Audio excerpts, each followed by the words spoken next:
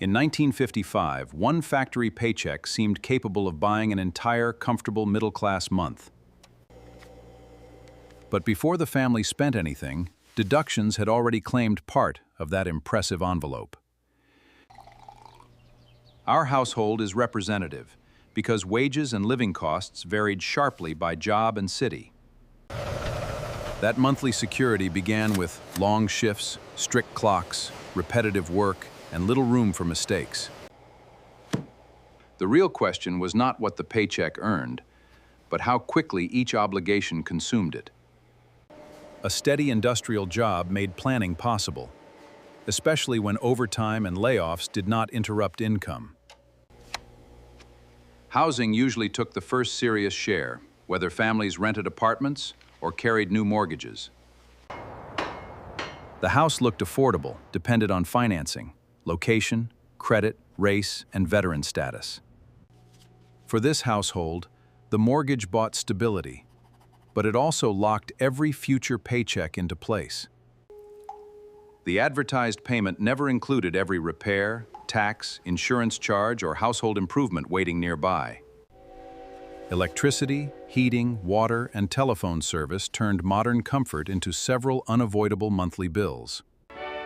Advertisements sold effortless living, while the meter quietly recorded every hour of that promised convenience. Groceries came next, and each careful choice determined how far the remaining household money would stretch. Most carts depended on staples, seasonal produce, careful portions, and fewer convenience foods than today. At checkout, every extra package competed directly with gasoline, clothing, entertainment, and emergency savings. Stretching the paycheck required planning meals ahead, reusing leftovers, and wasting almost nothing edible. Lower food spending often required hours of unpaid cooking, cleaning, shopping, and careful household management. The family budget worked partly because one adult performed constant labor that never entered the paycheck. The family car expanded opportunity, but it also created fuel, insurance, repair, and payment obligations.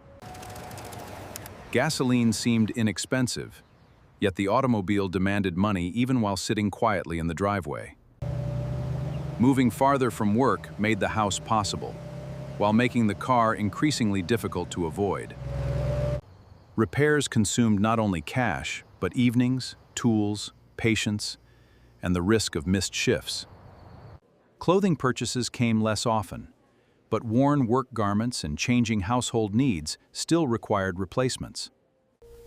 Mending, resoling, and reusing garments stretched their value far beyond the original store purchase.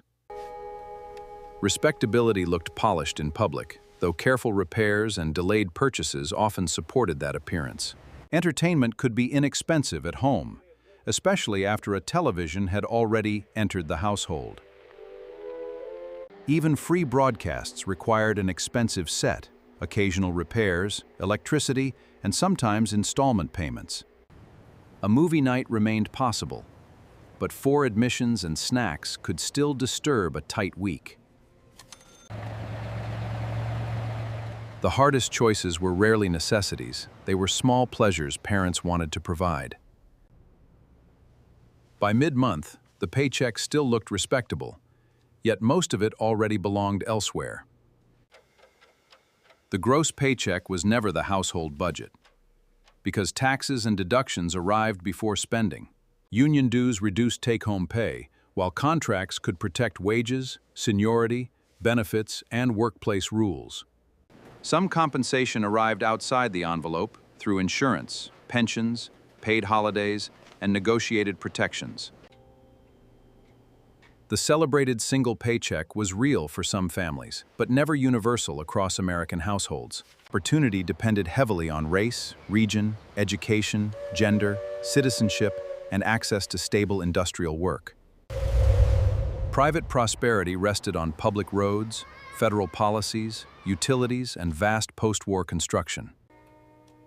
Advertising constantly expanded the definition of normal, turning yesterday's luxury into tomorrow's expected necessity. Installment plans brought appliances home sooner, but they claimed portions of paychecks not yet earned. A washing machine cost money, yet it could reduce exhausting weekly labor and release valuable time. One payment seemed manageable. Several together transformed future income into a schedule of fixed obligations. Savings represented protection against layoffs, illness, repairs, and the sudden expenses every household feared. The same month that created savings could easily produce a repair large enough to erase them. A steady paycheck felt powerful precisely because layoffs and reduced hours could make it disappear. Seniority could determine who kept working, making years on the line part of family security. The household budget depended on a much larger system of factories, contracts, credit, and policy. Then a routine household illness introduced an expense no cheerful advertisement had placed in the picture. Insurance could soften the blow, but coverage varied, and families still faced bills, travel, and missed work. Some expenses could be delayed, though postponement often protected this month by burdening a later one.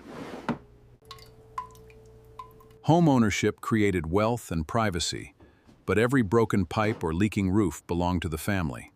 Doing repairs personally saved money, while quietly extending the workday far beyond the factory gate. Children turned neat categories into moving targets through growth, school needs, birthdays, and sudden requests. Prosperity was measured against neighbors, making perfectly usable possessions feel older than they truly were. The showroom promised immediate success, while the kitchen table demanded patience, postponement, and restraint. A single income arrangement gave the earner bargaining power and left the homemaker financially dependent. Millions of women also earned wages, especially when one paycheck could not meet every household need. The same paycheck bought very different lives across regions, cities, industries, and housing markets. The famous post-war bargain was often restricted by discriminatory lending, sales practices, and neighborhood barriers.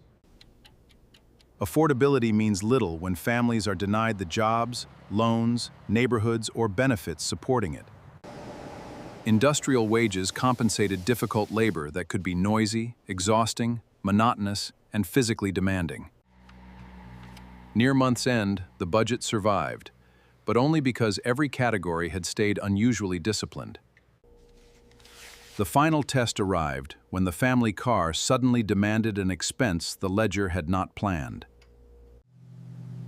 Keeping the car running meant sacrificing new clothes and taking money from the family's emergency reserve.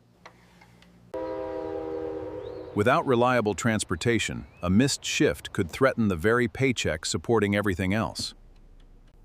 After housing, food, utilities, transportation, clothing, entertainment, and repairs, only a narrow cushion remained. Yes, one strong factory paycheck could support a household, especially under favorable jobs and housing conditions. But that answer excluded unstable employment, restricted housing access, expensive cities, debt, and limited benefits. Its power came from wages, policy, benefits, cheap housing access, and enormous unpaid household labor. Families also owned fewer goods, replaced them less often, and accepted narrower choices in daily life.